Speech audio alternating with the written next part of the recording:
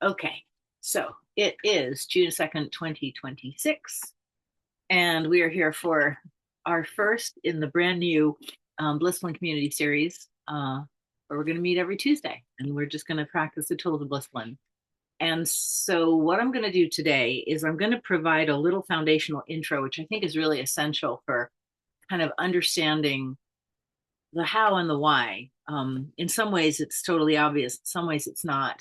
And so, um, maybe I'll just start with a little quick intro about me because I know some of the people joining haven't actually met me or haven't worked with me before. So I'll start with that.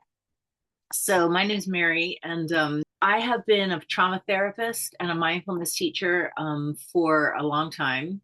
And I had a kind of an insight about 10 years into my training as a counselor. Um, I realized that we were trained to help people with problems, and there was this sort of assumption that when you address the problem, that you would move. Actually, I have this thing that I use, this empowerment scale. I'll just talk about it in terms of this. That you would move. Let me use my magnetic one. It's a little better. That you would move from, sort of despair up to kind of a neutral place. And then somehow at neutral, you would know how to be happy. And that was sort of some weird assumption. It wasn't said, but no one ever talked about what do you do when you get here? How do you actually have a happy life? And this was in no part, any part of my training was all about how to deal with rage or how to deal with the despair, or how to deal with boredom or how to deal with loneliness or anxiety and all these things that are basically underneath this midline. And that was it. And so at some point I realized, not because I had some brilliant insight, because I saw it with myself and my clients, we don't actually know how to be happy from neutral. We don't have that skill. And so I started looking into it more deeply. And over time, I realized it's kind of a continuum, that it's not a matter of the things you need here and the things you need here and the things you need here and the things you need here. It's more like understanding the whole system, beginning to move fluidly through it.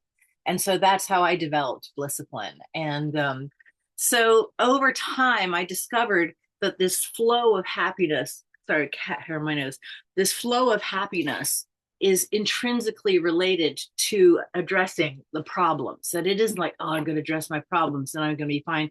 No, we have to learn how to engage with life in empowered and happy ways. And that's why the empowerment scale covers the whole range.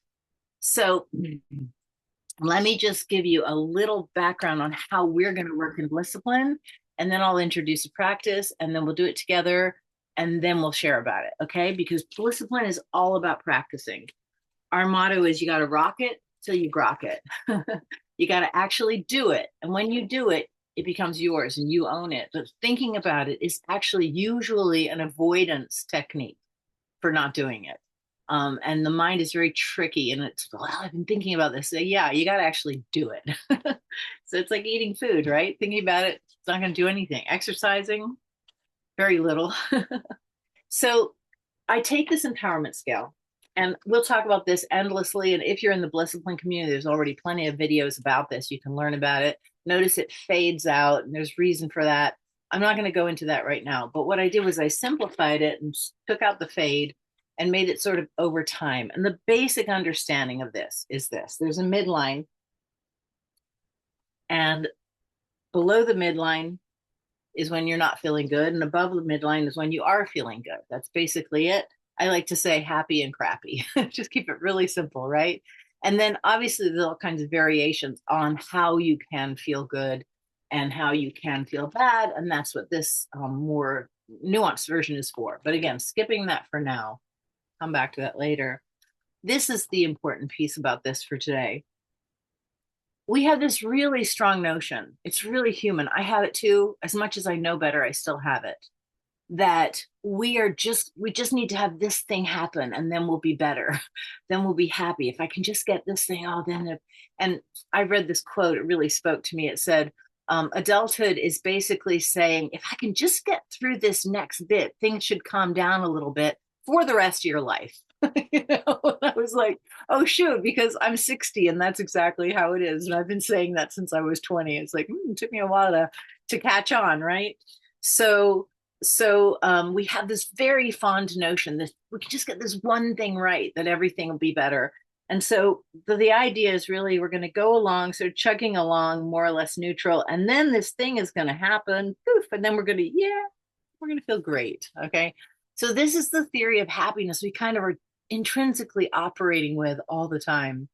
And the thing is, it's just so unrealistic because what it's really like is this: we're going along at our sort of normal set point and something good happens, we're like yay, and then we get distracted, and then something bad happens, like oh shoot, and then we talk about it a really really really really really really really really long time and finally make our back. And this is what life is like, you know. And every day is just full of this ups and downs and ups and downs and ups and downs. Sometimes things happen better for a while, right? So we have more of this, you know, more like this. And sometimes things happen terrible for a really long time. So, but in the end, it's a variation on this. And so what that tells us is that there are basically three different skill sets that we need to develop. So we have our neutral, you know, this is sort of like how we tend to interact, and tipping back and forth across this midline is very normal for people. So we're going along and we're like, oh yeah, things are fine, and then there's a little traffic, like traffic, I can't believe it. And okay, things are fine, and then there's a line at the grocery store. Can you believe there's a line at the grocery store? Or something breaks, you know, because things break. And so this is sort of this sort of like typical point of way of living. And so this is kind of our set point, right? Set point. I never learned beautiful penmanship. So you just trust me on the that says set point. And then the second thing is that we have something good happen and we're really excited about it. It's like, oh my gosh, this thing finally happened. And crazily, very, very, very, very, very quickly, because of what's called hedonic adaptation, we move back to our neutral set point. We stopped being happy that it happened. And the great irony of this is often we're waiting a really long time for this. And we're so sure this thing's going to make us happy, but it's just the nature of ourselves to adapt very quickly and go back to our set point. And it doesn't take much at all to bring you back here. It's just like, you know, needing to cook dinner, all kinds of day-to-day things. And then the third point is that when something really bad happens, which again is all the time, right? Then we do this thing called rumination. And we do this other thing, which is typical of human beings, which is we have a negativity bias where we talk about negative things a lot and positive things very little. And so we tend to stay down there and we get better. And then can you believe it? Oh, I can't believe we just lived down there for quite a long time. And so the contrast between that and how we react to good things is striking. And so addressing these three things is actually how we build our happiness. And so we build our happiness in this way, right? So if we have, I thought about doing this digitally, you know, but aren't the pages just sort of a little more fun? So we have our set point. We're going along. Something good happens. We're like, yeah, and then pretty quickly we're sort of like back to neutral. And then something bad happens. Like, oh no, oh no, oh no. Okay, so this is the picture I'm painting. And so this gives us 3 points of intervention: 1, 2, and 3. So with 1, what we can do is we can begin to raise our set point. So instead of hovering around this neutral, we can raise our set point so we're hovering in the upper part of the zone. And that our basic set point is one of general appreciation for what is.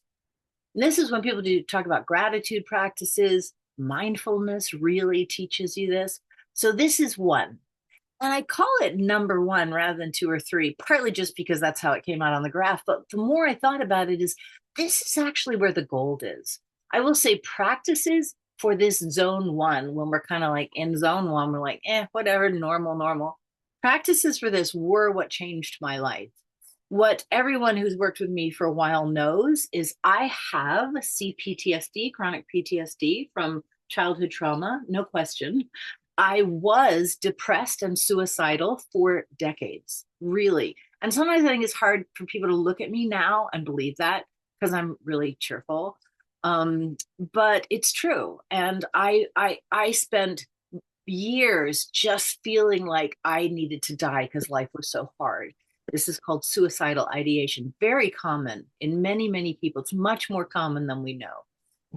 And it took a lot of things for me to recover, but one of the most profound was how mindfulness taught me to raise this set point first from this sort of neutral, grumpy back and forth to just generally appreciative,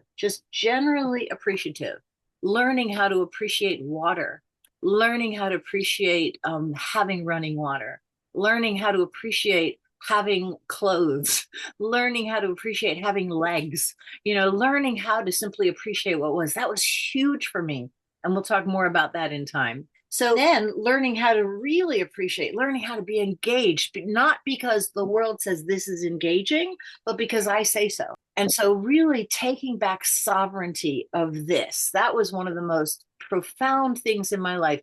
It was one of those little things like your hair growing, right? It grew slowly, slowly, slowly, but suddenly like, whoa, my hair's so long. It was like that. I realized, and we'll talk more about this over time too, but I realized at some point, I am not as I was. And that was a huge change. So that's number one. Okay. Number two is addressing this thing, hedonic adaptation, this way we very, very, very, very, very, very, very quickly get back to sort of a neutral after something good happens.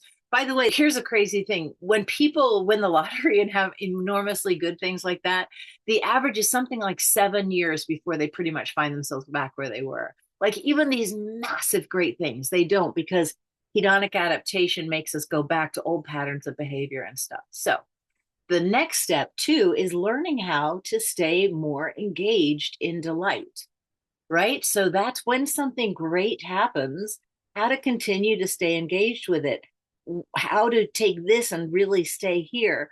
I won't go into what these levels mean right now, but just to understand these are kind of more intense levels of happiness. Okay. And so step two is practices that support that. And though they're very concrete, steady practices. Today we're going to do one particularly for zone one, but there's lots of those for zone two. All of this, by the way, is already in the Blissful Community Resource Center. So you'll find all kinds of things in there. And then finally, three, how to deal with difficulties before the situation changes, or actually when it does change, just stop talking about it and let yourself take the betterment. And so what happens over time is not this version of happiness. Here, there we go. This version of happiness, not that. What happens over time is instead this, where our general set point stays above this line. So we're basically here, and then we're a little more engaged, and we just move back, and then we get really happy. So our general set point starts to look like that on a given day. Like we find a little bit of delight in something neutral that we didn't realize before. So this becomes our general set point. And then when something really great happens that makes us super happy, we really stay up there a long, long, long time because we say so. And when something difficult happens, even before it's resolved, we find our way back to a steady state in order to deal with it. So while we are dealing with the difficulty, we deal with it in the steady state. And so happiness begins to look more like this. And this is a realistic kind of happiness for people. Okay, so before we go any further, that's the sort of context for the things I call blissciplines, tools of well-being, of nervous system regulation, of working with the mind, all of this stuff. Okay, so that's the overview. And what we'll do today is we're going to work with one specific practice. And sometimes I refer to these as micro practices because they're just something super easy to do, super available. You don't have to get into a special mindset or anything like that. And they add up over time. Some years ago, I joined a CrossFit for people over 50. And I was like 51 at the time. And so I was like the youngest person in the class. So it was really, really nice because I had been in gyms and been the oldest, fattest, weakest person in there, not fun. And suddenly I was like the babe, right? Which was awesome. And so I had a great coach, and she taught me a lot and really taught me how to modify everything to meet me where I was. And what happened over time was I just kept getting incrementally stronger and stronger and stronger and stronger and stronger. And what happened was I just noticed it suddenly. I would just notice it. Like I would be doing something, and suddenly I was like, oh, I can do this better. And somewhat hilariously, the very first time that happened was when I was buying beer. I was buying a case of beer, and I was at the grocery store, and it's just 12 bottles, and I would pick it up and put it in my cart. But without even thinking, I just grabbed it with one hand and put it in my cart. And I was like, whoa, strong. And then maybe a couple months later, I needed to move this wicker couch out of my cabin to take it somewhere. And it was, a two-seater couch, not super heavy or anything. And I was kind of maneuvering it out. I got it through the door, and then I was carrying it to the house. It was really cumbersome and difficult. And I just thought, and I just, without even thinking, I lifted it and carried it over my head like this, a couch. Now it was a lightweight couch. Let's be real. I'm not talking superhuman here, but the whole point was that not only my arms, but my core, everything had been supported. So in that moment, I had everything I needed to maneuver a fairly heavy object that was very long and large and balance it and carry it into the house rather than trying to lug it in some. So the reason I'm saying this is what Blissipline does to us too. It's this incremental growth that you don't notice right away, but there comes a moment and suddenly you're like, oh, this thing that pissed me off so much last month pissed me off, but I recovered quickly and I don't even care.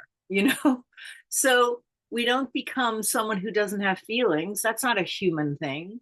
We stay a person with feelings. We stay a person with reactions. We stay a person who cares deeply about the world. And we know how to navigate ourselves so much better. All right. So we're going to be practicing this for June in the Blissful community. We've done this for years where we have a practice of the month.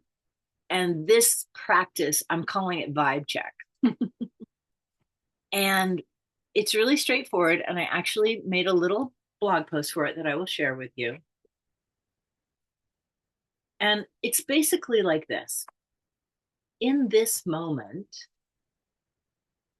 I have a state of being. And very often I am ignoring my state of being. In fact, it used to be almost all the time. I'm just kind of getting on with it. And what I have noticed, this is how it is for most of us. It's not until we come into a space where we have a little moment to reconnect with ourselves that we even realize we're exhausted, we're hungry, we're sad, we're kind of overwhelmed. Or we actually realize, no, I'm pretty good. I'm pretty good. So it's not until we get quiet enough to check that we discover how we are in the moment. And this is so valuable. This is really, really, really, really, really valuable. Let me give you two examples of why this is valuable. One that's metaphorical, so it sort of helps us to see the understanding, but one that's absolutely real, okay? The metaphorical one is this. If I want to go somewhere, I have to know where I'm starting from to get there, right? So if I want to go to New York City, I have to basically head due east, more or less, a little south and east, right? If my brother wants to go to New York City, he has to get in his car and drive north. And if my sister wants to go to New York City, she has to jump on a plane and head west because she's not in our country. So we three siblings all have to do completely different things to accomplish the same thing because of where we're starting. And this metaphorically is the truth too for our, truly is the truth too for our psycho-emotional well-being. But too often we haven't checked where we are. And so we're just pushing through and pushing through and pushing through. And I will tell you, when I was younger, I've always been a hard worker. I'm still a hard worker. It's just kind of like, I don't know, I'm an engaged person. I like doing stuff, right? But I'm also a little bit guilt-ridden and, like a normal human, right? But when I was younger, I would work until I dropped. The way I knew I was working too hard was I had my face on my desk and I was crying, because I was so disconnected from what was happening within me.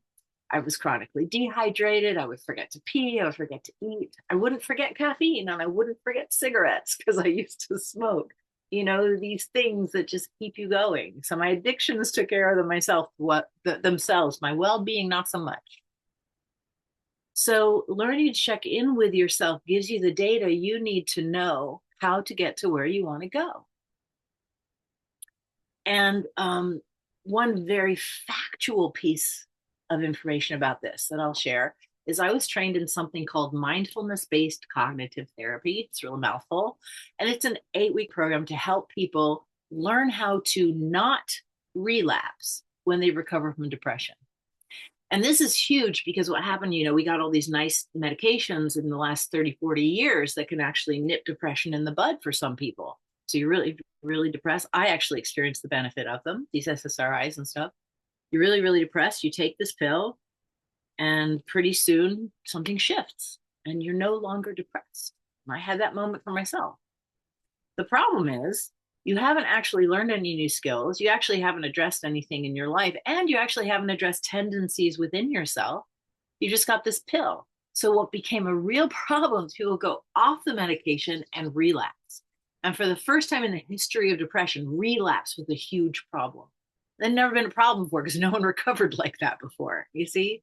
And so when relapse became a problem, this group of really smart guys, 3 men, got together and they were like, what can we do about this? And they knew cognitive behavioral therapy would work, but they also knew CBT, cognitive, was hard to get, expensive, and took a long time. It was one-on-one. It wasn't available. And they said, could we create a workshop that would work to do this? And they worked on it for 15 years. These guys were really serious about it. And they were not being successful. And then at some point, one of them had this idea. And they said, what if we include mindfulness? And so they met with John Kabat-Zinn, who's basically the founder of mindfulness for medical and psychotherapeutic treatment in America. He's basically the guy who made it normal here. Brilliant guy, still alive, medical doctor. And the 4 of them created this thing called mindfulness-based cognitive therapy. And they found the addition of mindfulness was the piece they needed. And with that addition of mindfulness, they created a protocol that in 8 weeks, in a group, worked to help people not relapse at astonishing rates. The rates were really, the success rate, here's a really fascinating piece about this. The success rate, and this is relevant to what we're saying, I'm not just babbling on, the success rate, I think if I remember more or less, for people who'd have one major depressive episode, the success rate to not relapse was increased by 30%. For people who'd had 2 major depressive episodes, it went up to something like 60% success rate compared to people without the training. For people who had had 3 major depressive episodes, and by the way, these people are generally considered by the medical establishment to be people who need to stay on medication the rest of their lives. That's who they are. This was effective for 80% of them. An 8-week protocol with no medication. Why I think, and they think, is these people were seriously motivated. They're like, I don't want to do that again. I don't want to do that again. I'm not going back. So they did the work. They rocked it till they grokked it. And the main piece of work in that protocol, which is why I'm explaining this whole thing, the main piece of work, well, okay, I'm 2 main pieces, but it's like that Monty Python sketch, the 3 main pieces. All right, so the main piece, after they'd learned the basics of mindfulness and practiced the basics of mindfulness, was something called the 3-minute breathing space, which starts out with them saying, how am I right now? Getting in deep, deep touch with how they were right now. And for our June protocol, that's actually going to be in week 4. Okay, maybe week 3, we'll see. But I want to ease us into it, because what I have found is when I jump into that too quickly, no one does it. And if you don't do it, it doesn't serve you. So we're going to start with a really, really, really, really, really, really, really simple protocol for the beginning of June. And this is the vibe check. This is the entry point into what you need to know to navigate from where you are to where you want to go. But the vibe check is really simple. You just stop. And let me encourage you just to have a little wiggle of your shoulders. You don't have to do this every time, but as we're getting started, shake out your arms a little bit, shake your legs a little bit, like check back in with your body. Here we are. I'm in my pie dress.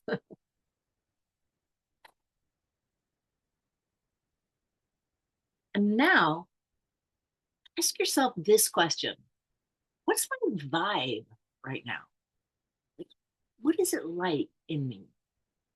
Am I 40% happy, 20% anxious, 10% furious? What am I? So just check in, feel around, see what your vibe is, what your vibe and what your kind of sense of how you are.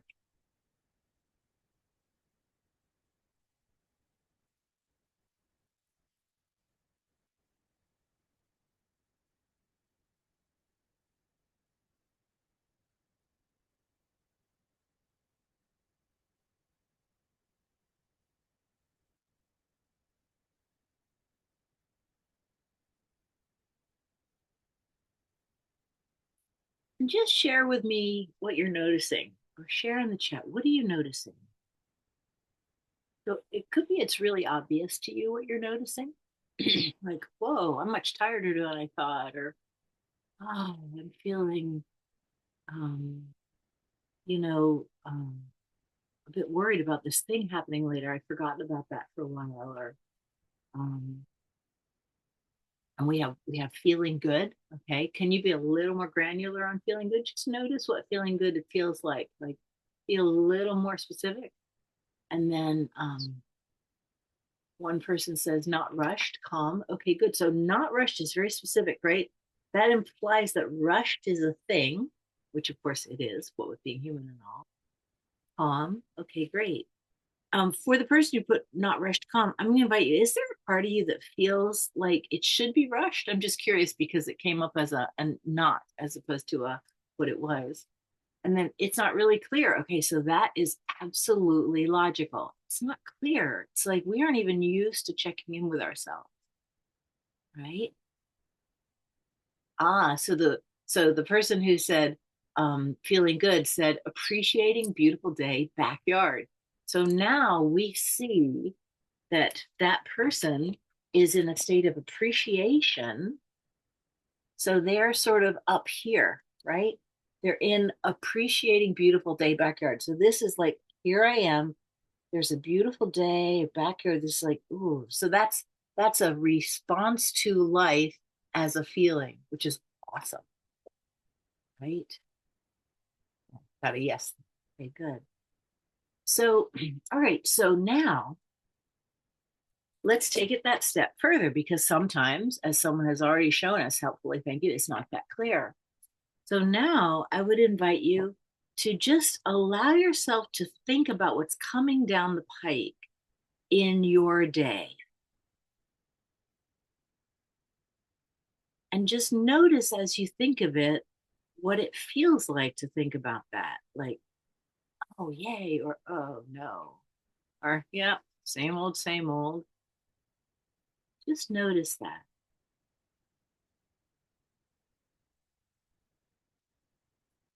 Or it could be like, oh, I hope it'll be good. Like, could be something you think might be good, but you aren't sure.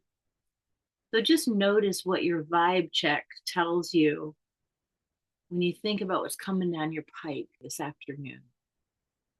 Yes, spent my adult life rushing.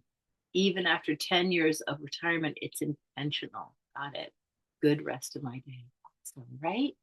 So there are these patterns that we honestly have to do to survive, right? Let's be real. But now there's an intentionality. Beautiful. Yeah. Work to do feels like same old, right? Same old, same old. Like, okay, same old, same old. Right. So now I'm going to get to the step two of the vibe check. Okay. So step one is just this checking in. All right. Just checking in. This is an important piece. Again, Oh, I'll just say one more thing about the mindfulness-based cognitive therapy course. So I taught it to people for 7 years. And one of my fantasies, by the way, is to offer it in the Blissful community, but I don't want to do it. So I've been talking to someone else who teaches it and is seeing if they might be willing to come in and do it at a very, very reasonable level for more people. Usually the way it works is you have a cohort of 8 to 12 people, and you charge a few $100, of course, so that it makes it worthwhile for the teacher to show up week after week after week. And which is fine. We can also do it that way. But I feel like we could also bring it in for a larger group and have it more available. This is always my goal, by the way. I want to make things more available. I sort of want to be the librarian. So the mindfulness-based cognitive therapy, I taught it for 7 years, and I noticed with a really, really high degree of consistency, perhaps 100% consistency, that the people who did the 3 minute breathing space, which is what the vibe check is leaning towards, were the ones who had the most success, period. Even if they didn't do the other practices, or even if the people who did do the other practices didn't do that. That this was the thing. Now, it was greatly better if they did the other practices. So let's say the 3 minute breathing space would improve your life 10% without doing the other practices, and like 40% with doing them. But it was the 3 minute breathing space, which we will get to. And in a way, we're getting to the next piece of it now. Okay. So the second piece of the vibe check is this: your body, your nervous system, your mind does not know whether a feeling that you're having is because of something you're perceiving, like you're looking at it, this is real, you're remembering, like I know this happened once, you're imagining this could happen in the future, or this is happening elsewhere, or you're doing. Okay, so whether you're perceiving it, like, oh, there it is, yay, like one person was saying in her garden, right? Perceiving.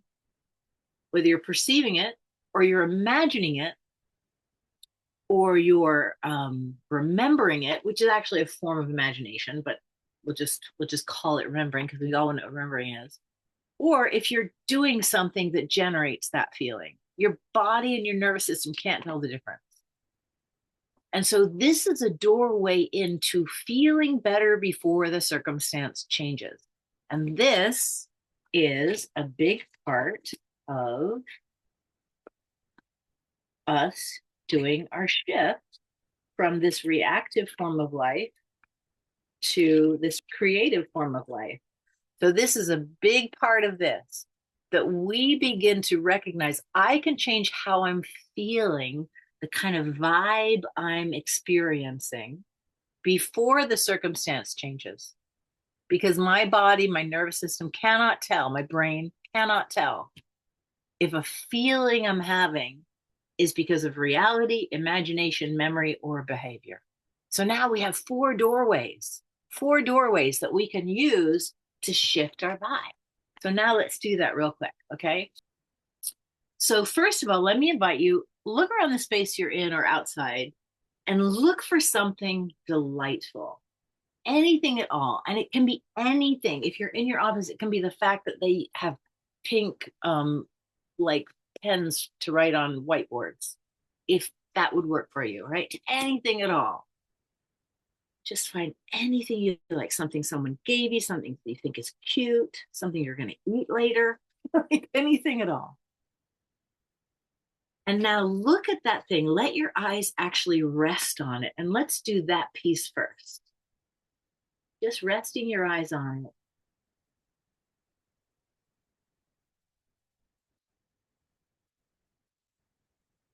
And just notice what that feels like to simply rest with it for a moment.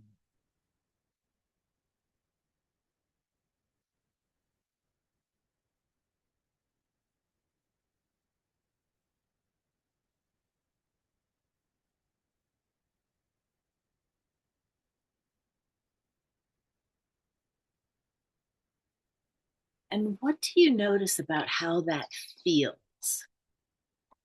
So, do you notice any shift in feeling from looking at this thing? So now we're going to amp it up a little bit. Okay. So looking at this thing, tell yourself the story of why you like this thing. And by the way, bonus points for speaking out loud, because what happens if you speak out loud, you are actually activating many more neural pathways. You are activating neural pathways associated with the motion of the tongue, with the vagus nerve, because vibrations in the throat touch the vagus nerve receptivity. Your ears are hearing it. So many more neural pathways for speaking out loud. But if you can't, that's okay. But it would look something like let's say I chose, I'm going to choose something sort of, no, I'll choose something beautiful. I have this little Mr. Rogers thing, toy that someone gave me. And when you push down, it has his voice saying nice things. You can't hear it because Zoom filters it out. But I can look at this and I can tell myself the story. This was given to me by someone who loves me. And I can appreciate that this person took the time to go out, buy this for me, mail it to me, think of me. I can appreciate that I've had this now for I don't know how many years and it still works. Like that's awesome. I haven't even replaced the battery and it still works. I can appreciate that Mr. Rogers existed. Like what an amazing human being he was, you know? I can feel my heart open as I say that. I can appreciate that when I got it, it had these crazy psycho eyes, and I used a little pencil to try and make them less psycho, and now it looks like he's stoned. Right? There's so much to appreciate in this little plastic object, and that's just the starting point for things I have around me.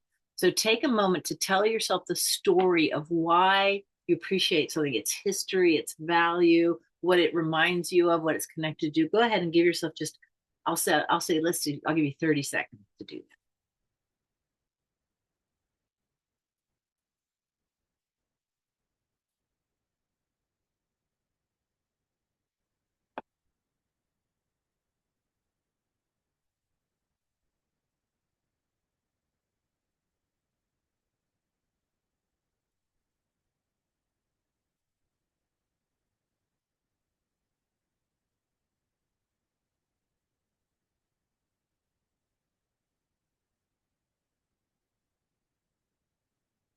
So, how was that? Did you do it? And did it make you feel better? Right? Okay, so I'm just getting nods. I want to share that. Nothing really has changed except what you're focusing upon. And believe me, I want to have a like objectively better life, right? All the things, good food, more money, vacations, lose weight, get good haircuts, have nice clothes. I want all that. I'm not dismissing any of the reality of that. But every single thing I want because I feel like it will make me feel better to have it. Like I'll be excited or I'll be happy or I'll be relaxed or I'll be joyful. And what we're doing is we're not going to take any of that off the table. All of that still exists. Maybe I want to retire. I'm lucky that I don't want to retire, but I do want to not have to scramble so much with work. I did used to want to quit my job. So whatever you want, we're not taking that off the table. We're just saying, yes, all of that. And right here, right now, I am capable of raising my vibe. And so again, I like the word vibe because there's a sort of sense of you'll get better and better at feeling at it like, no, I'm fine, but actually the background is irritation. Or I'm fine and the background is hopefulness.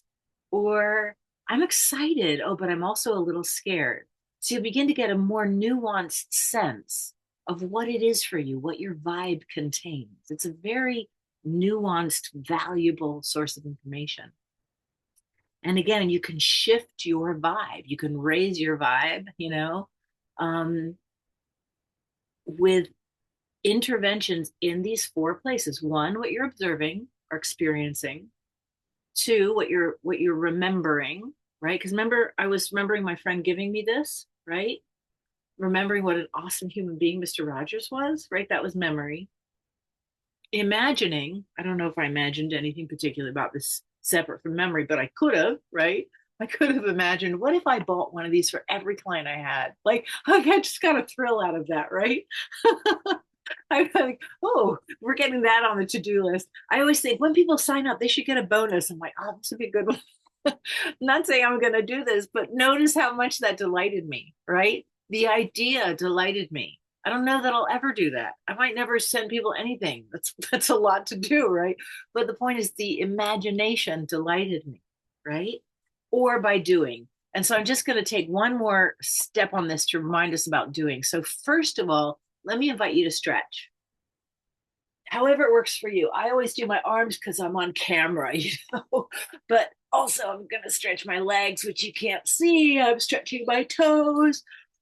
Oh, I'm pulling my shoulder blades together. Oh, I'm stretching forward. Oh my goodness. Oh, stretching my face. I love in Ted Lasso when Rebecca goes, you guys are doing that so great. I'm so excited about season 4 coming in August. So just check in. Notice what happened when you stretched, where you came into your body. Did it increase your sense of vitality a little? Right? So this is a doing piece. There's a fascinating thing. Thich Nhat Hanh used to talk about this. He would say, if you just smile, just let yourself bring a smile to your cheeks for no reason, and then feel those cheeks.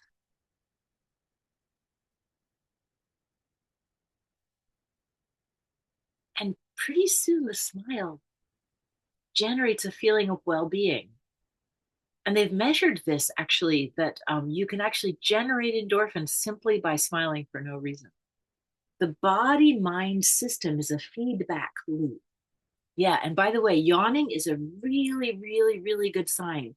If you're yawning, it means your nervous system is settling. And when you're in a state of anxiety, as you're not, even normal being at work kind of anxiety, be as your nervous system settles, very often you'll start to have these big yawns, just like it's like your body getting back into aliveness. So yawning is a really good sign. Humans do this, dogs do it. Dogs do it when they start to calm down, right? So mammals, I don't know if other mammals yawn, but I know dogs and humans. So the fourth doorway is the doing, okay? So even smiling. So that's the 4 doorways. One is what you're perceiving. 2 is what you're remembering. 3 is what you're just imagining. And 4 is what you're doing. And all of these have the capacity to change your vibe, to raise your well-being feeling, the feeling of well-being, even before the circumstances change. And there is one more super, super bonus point I need to make right now. I developed this over the last 10, 12 years, and it grew over time. It used to have 5 zones, now it has 6, and they all have good reason. But when I named it, I didn't call it the happiness scale. I called it the empowerment scale. And you see up here, empowered, and see down here, disempowered. The worse we feel, the less empowered we are. When we're in deep despair and hopelessness and shame and self-loathing and depression, we are so disempowered that sometimes the first therapeutic intervention that you have to do as a client, as a therapist, is you make your client get out of bed. You make them. You don't give them the option. Say, nope, get up now, get up now, get up now. You have to get the body moving. That's how disempowered being in despair is. When we're really in rage, and this is all online if you want to go into this deeper, but that is way more empowered than despair. It's not very empowered. It looks way down below the line, but it is way more empowered, right? When we can move from rage into a kind of a frustration that's got high energy. The fading out is the lower energy, right? So this is deep despair, and this is sort of like loose despair when you also very disempowered. Everything below this line is disempowered. When you move above the line, there's a little magical thing that happens. As soon as we move from, yeah, it's okay, that kind of, to, yeah, no, it's okay, right? Not a big difference. A little difference of tone, a little vibe difference. When we moved here, now we were moving into empowerment. And what are we empowered for? Whatever's being called for. And we know we're empowered for whatever's being called for because the second we aren't, we'll start to feel dissatisfied, right? So that's our clue. As soon as we're grumpy again, we've moved us into disempowerment. So this moves us into a state of more empowerment. In this state, we start to think more clearly. The nervous system settles. I have this extremely sophisticated brain diagram I like to use. I bought this at Staples for $1 like 40 years ago, maybe 30 years ago. I was just in their discount bucket. I'm like, yoink, and I've been keeping it ever since. This white part, where is the newest part of the brain, the neocortex, prefrontal cortex, all this stuff. This is where the thinkety part of the brain happens, where I make decisions, where I analyze, where this part is the newest part of the brain. This emotional central part of the brain, the old part, is where emotions happen. And interesting, look what connects into the brainstem, this old part of the brain, right? What that tells us is when this old part is activated, it's filtering messages from this part. So what you actually do gets filtered through your emotions, right? So what happens is as we calm down, this part of the brain gets really active again and starts to come up with more nuance, see more things. So as we move into a more empowered state, we move into a thing where our perception is different. We see more solutions. When we're in an excited, interested mood, we're much more likely to see possibilities than when we're down here. They will literally be arrayed in front of us and we will not see them. This is called confirmation bias, and it's really important for human beings. So the final part of this is that as we deliberately raise our vibe in however way we can using our 4 different tools, we begin to move into a state where our relationship with our life becomes more empowered. Even just to the extent of saying, you know what, I'm thirsty. Let me get some water. Or I don't want water. I hate water. Let me buy my favorite water flavoring. Like we begin to honor ourselves more. And then maybe we're like walking home and we notice, oh, there's the sunset. Look at the sunset. The sunset. How beautiful is that sunset? Suddenly we're having a good day, even though our boss was still a jerk and we still have to go home and do our taxes or whatever. So we begin to be in a state where we filter the world differently. So raising our feeling of well-being has an effect in our lives that's positive. So just to be clear, this is not the whole story, but it is the foundation of the story. And it is what I learned from working with clients year after year. If we don't do this piece, it does not matter how much we do the feeling better, the helping ourselves feel less terrible part. Again, we've got the 1, 2, and 3 parts, right? 1, the set point, 2, staying happy longer, and 3, recovering faster. Okay? We've got these 3. If we don't do these 2, it doesn't matter how much we do 3. Because these will not make, without the absence of these, we will just go up and down from here. We'll just live on this lower half of the scale. Maybe occasionally something will make us feel better. We'll get right back to our set point. But if we do these 2, we get so much more resilient. This is where you like suddenly pick up the couch. You're like, holy moly, I picked up a couch. And you don't notice you didn't know you were going to pick up a couch. And, metaphorically, maybe this is someone says something really mean to you and you have a really big reaction. Then you're like, you know what? I don't care. And you really don't because you've done this work. Okay. So this is what Blissipline is. And so we're going to do our June Blissipline starting with week 1, where we're just doing a little vibe check and noticing the 4 areas where we can intervene. We're going to build on that for week 2, build on that for week 3, build on that for week 4. And then we'll do a new Blissipline in July and a new Blissipline in August. The thing about a Blissipline is, in order to get the benefit, you do have to do it. And the more you think about doing it, the more it's actually counterproductive. It's the weirdest thing. but it is a way the mind tricks us into not getting the benefit of the bliss of moment. My mind does this all the time. Oh, I'm going to do it every morning at 10 a.m. I'm like, what about now? Oh, I'm going to do it every day for the rest of it. What about now? And if you're not doing it now, chances are very, very good your mind is just tricking you.